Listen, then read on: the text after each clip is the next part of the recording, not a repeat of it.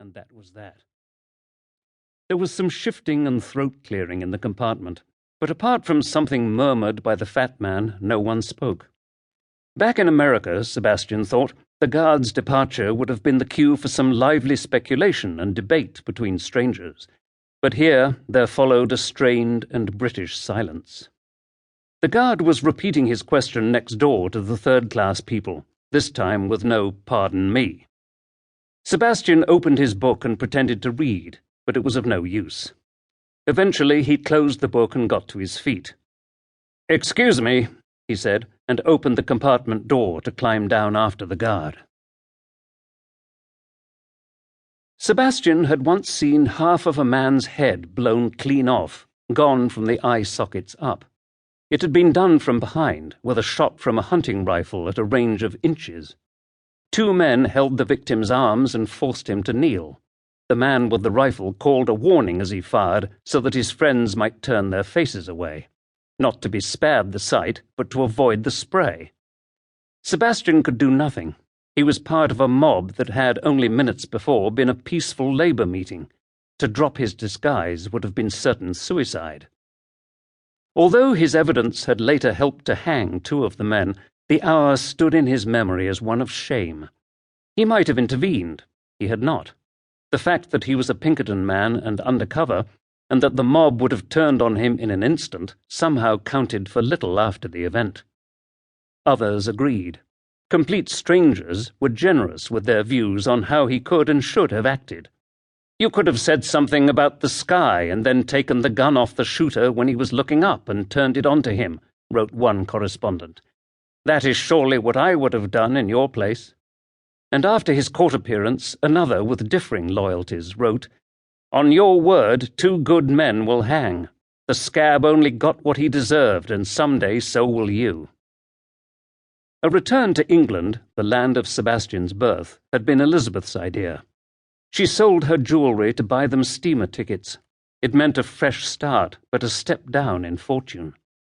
Sebastian Becker now lived in London, and drew his modest pay from the coffers of England's Lord Chancellor. They were not rich, but he had his one decent suit of clothes and a certain authority. An agent of justice once again, he now served as the special investigator to the masters of lunacy. "I was a detective once," he said, "but a mere civil servant now." "Nevertheless, sir," the guard said, "I'll ask you for your guidance and I'll value your opinion." "On what?" "Please, this way." As they began to move, he signalled to the station-master. The station-master saw the wave and broke off an argument with a third-class passenger hanging out one of the end carriage windows. The train was a cross-country set, pulled by a tank engine. A full quarter of its length was taken up by the luggage van.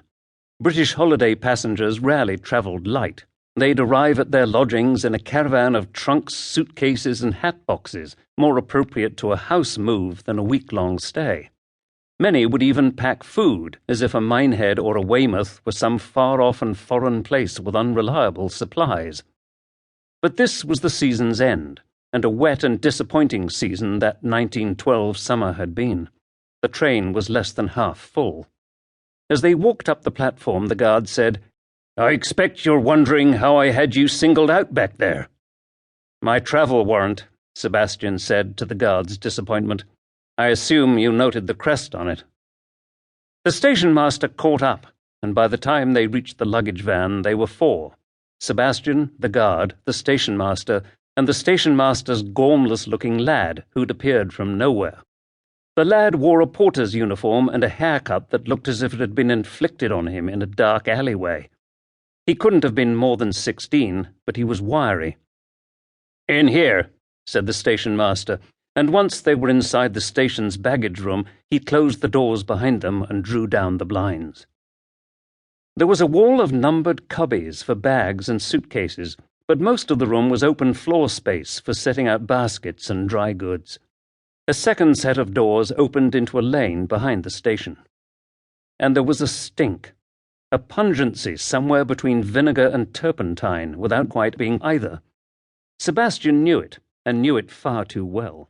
It took him back to his first job in uniform and memories of mortuary visits.